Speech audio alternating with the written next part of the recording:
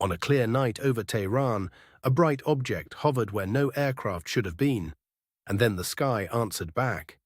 Jets were launched, radar lit up, and the encounter grew stranger with every minute. This was 1976, when Iran was still under the Pahlavi monarchy, and the capital sat at the center of a tense, modernizing state. Tehran was busy, bright, and watched carefully from the air. The case matters because it did not begin with a rumor or a blurry photograph. It began with trained observers, military communications, and a chain of reports that kept getting harder to dismiss. Before the night turned extraordinary, the sky over the city was quiet enough to make any sudden light stand out. Then the first witness saw something brilliant and motionless hanging above Tehran. The object was said to shift color, sometimes appearing white, then red, then green, as if it were changing its own signal. That alone would have been remarkable, but it was only the beginning. As reports moved up the chain, the response became official. A jet was scrambled to identify the light, and the ordinary language of air defense suddenly had to describe something unfamiliar. Pilots approached expecting a routine intercept, yet the target did not behave like a normal aircraft. Witnesses claimed it remained bright, elusive, and difficult to close with in the dark. One of the most compelling details is the sequence itself: a ground witness, then military confirmation, then airborne pursuit. The story gains weight because each stage seems to echo the last. Radar operators also reported an object, and that is where the case becomes especially hard to wave away. A light in the sky is one thing, a tracked contact is another. According to accounts from the night, the radar contact did not always match the visual one cleanly. That mismatch has kept investigators interested for decades because it suggests more than a simple misread. Then came the moment that made the encounter feel almost tactical. A smaller object was reportedly seen separating from the larger light, as if the phenomenon had its own movement and intent. That split is one of the case's most discussed details, because it changes the shape of the mystery.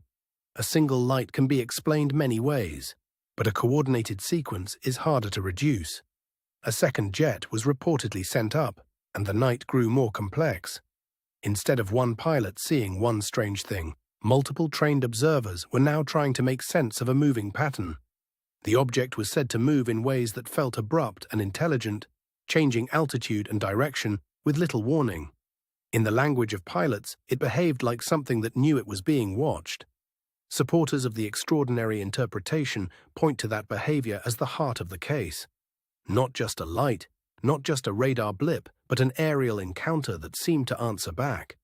The strongest evidence is not a single image, but the convergence of testimony, radar, and military response. When separate systems appear to describe the same impossible night, the question deepens. Some accounts also mention that instruments behaved oddly during the pursuit, adding a technical edge to the mystery. In cases like this, even small anomalies can matter as much as the lights themselves. Yet the more carefully the case is examined, the more the human element matters too. Night vision, stress, distance, and expectation can all reshape what people believe they saw. Skeptics question whether a bright planet, a meteor, or an aircraft at unusual angles could have produced confusion on the ground and in the air. In a busy night sky, perception can be a slippery thing. But that explanation does not easily account for everything reported that night, especially the radar claims and the sequence of multiple observations. The case resists a neat reduction to one simple cause. Another possibility is that some combination of aircraft, atmospheric effects, and misidentified lights created a layered illusion. That reading is plausible, yet it still leaves a stubborn residue of uncertainty. What keeps the Tehran incident alive is the way each explanation solves one part while leaving another exposed. The light, the radar, the pilots, the timing, none of them sit perfectly together.